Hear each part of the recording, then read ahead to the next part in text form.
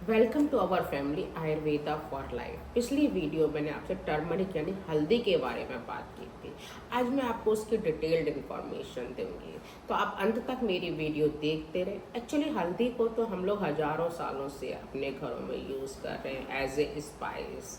तो इसका लेकिन आयुर्वेदिक मेडिसिन में भी बहुत ज़्यादा यूज़ होता है और ये बहुत ही अच्छी और बहुत ही हेल्दी स्पाइस है। इसमें हीलिंग प्रॉपर्टी होती है। इसमें पाया जाने वाला कर्क्यूमिन नाम का कंपाउंड जो है वो फाइटोकेमिकल, वो एंटीऑक्सीडेंट और एंटी इन्फ्लेमेटरी प्रॉपर्टी रखता है। तो रेगुलर कंजप्शन से हमें काफ़ी सारी क्रॉनिक इन्फ्लेमेशन कम होती है और अर्थराइटिस जॉइंट पेन में रिलीफ देता है। इसकी एंटीऑक्सीडेंट प्रॉपर्टी फ्री रेडिकल्स को स्कैवेंज करती है और एज रिलेटेड जो डिसीजेज हैं उनके चांसेस को कम करती है। एजिंग प्रोसेस को स्लो डाउन करती है। कैंसर कार्डियक जो डिसीजेज हैं उनके चांसेस को कम करती है। ये ब्रेन हेल्थ को इम्प्रूव करती है और कॉग्निटिव फंक्शन को बेहतर करती है।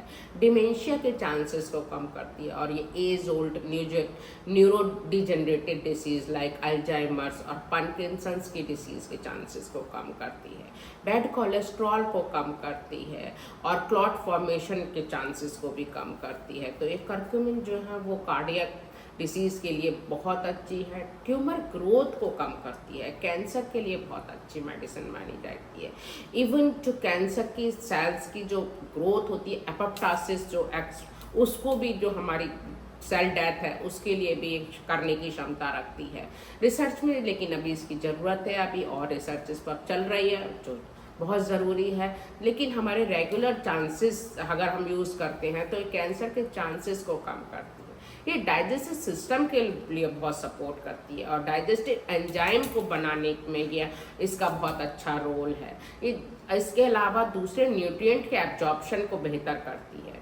इसके रेगुलर कंजम्पशन से इंडाइजेशन ब्लॉटिंग फ्लैचुलेंस में रिलीफ मिलती है। आईबीएस के पेशेंट पर्टिकुलरली जो इरिटेशन बॉबल सिंड्रोम के पेशेंट होते हैं उनके लिए बहुत इंपॉर्टेंट है, बहुत ज़्यादा लाभदायक साबित हो सकती है।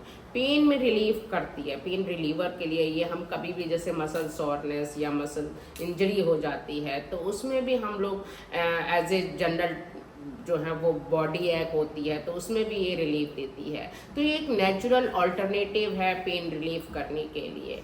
इसके अलावा एंटी इन्फ्लेमेटरी इसकी प्रॉपर्टी होती ही है।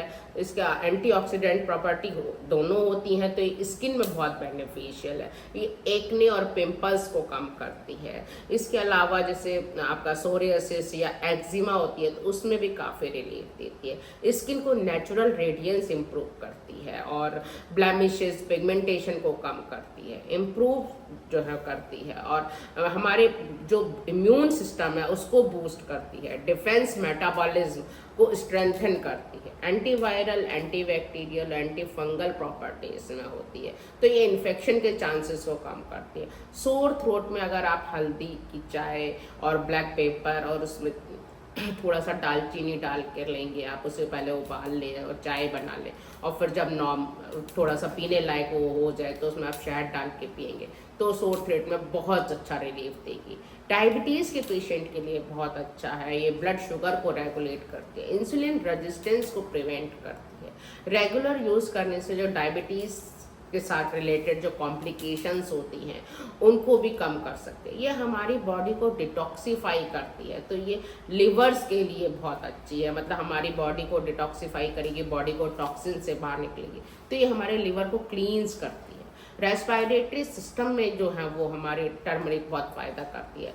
कफ और कोल्ड में रिलीफ देती है। अस्थमा के पेशेंट को बहुत अच्छा रहेगा अगर वो डेली टर्मरिक टी पीते हैं।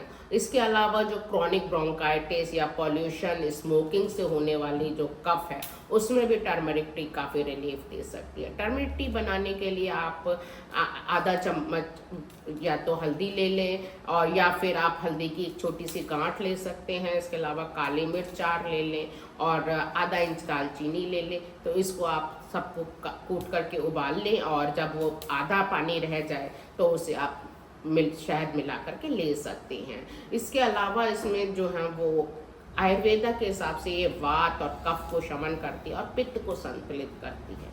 ये उष्णवीर है और कटुतिक कषाय इसके रस प्रधान होते हैं। तो ये आप इसको अगर हल्दी को आप डेली खाने में लेते हैं, इसके अलावा आप इसका टर्मरिक मिल्क भी ले सकते हैं, जिसे हम गोल्डन मिल्क भी कहते हैं। आजकल कोविड में तो सब लोगों ने बहुत गोल्डन मिल्क की चर्चा रही और बहुत लोगों ने लिया। तो आप इसे दूध में थोड़ी सी हल्दी, काली मिर्च और दालचीनी, तेज पत्ता, छोटी इलायची डाल करके आप गोल्डन मिल्क लाएं। ये बेड टाइम पर पीने से आपको अच्छी गुड नाइट स्लीप भी देगा और इंसोम्निया के लिए भी बहुत अच्छा है। इसके अलावा आपके पूरे जो है सिस्टम को क्लींस करेगा। तो आप इस तरीके से हल्दी आप ले सकते हैं। अगर आपको मेरी वीडियो पसंद आई है तो प्लीज़ लाइक और शेयर करें। अगर आपने अभी तक मेरा चैनल सब्सक्राइब नहीं किया है तो प्लीज़ सब्सक्राइब करें और मुझे प्रमोट करें। अगर आप कुछ भी और जानना चाहते हैं तो आप क्वेश्चन लिखें, मेरे को आपके क्वेश्चंस का इंतज़ार रहता है। Thank you.